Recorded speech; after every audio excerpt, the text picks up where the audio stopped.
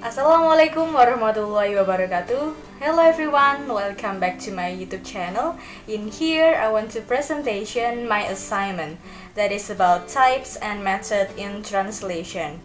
With me, Elyassantia Irkhami Putri. Let's start the presentation. Before we go into the main topic, we should know the definition of translation. Okay, translation is process of connection to cultures. In general, translation is the communication of meaning from one language or such text to another language or target text. Translation refers to written information, whereas interpretation refers to spoken information.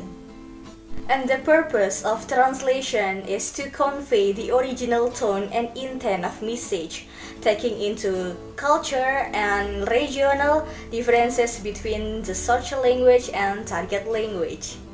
The next is types of translation. There are several types in translation depending on the aim of text. There are word-for-word translation, literal translation, adaptation, idiomatic translation, communicative translation, and the last is free translation. But today we only focus on one type of translation. It is free translation. Okay? The first is definition. Free translation is method to deliver intended meaning of such text without paying attention to detail such as syntax, style, or so on of the original text. Free translation is suitable in case the translation is to be more difficult or accepted by the readers. Then, the purpose of free translations are: the first, to keep a function of such text even in general meaning suffer from it.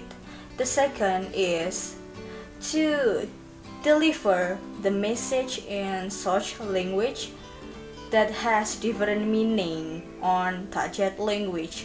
The third is to make a people learn the aim of author's opinion in a simple way. The next is strategy. The most important strategy is the translator must be able to capture the message in a such language and then transfer and express it in the target language without changing the original work by the author. So, the translator only has limited freedom in expressing a message in target language. After that, there are examples. Free translation can change the social language to be different to the target language because there are several types of looks. Okay, the first is the translation looks like idiomatic expression. Example is, in a such language we have killing two birds with one stone. And in the target language become menyelam sambil minum air. The second is the translation looks very extreme. The social language is Elias is growing with happiness. And then the target language become Elias hatinya sangat berbunga-bunga. And the third is the translation looks more pleonastic. Such language is the flowers in the garden. And then the target language become bunga-bunga yang tumbuh di kebun. Well everyone, I think it's enough for my presentation.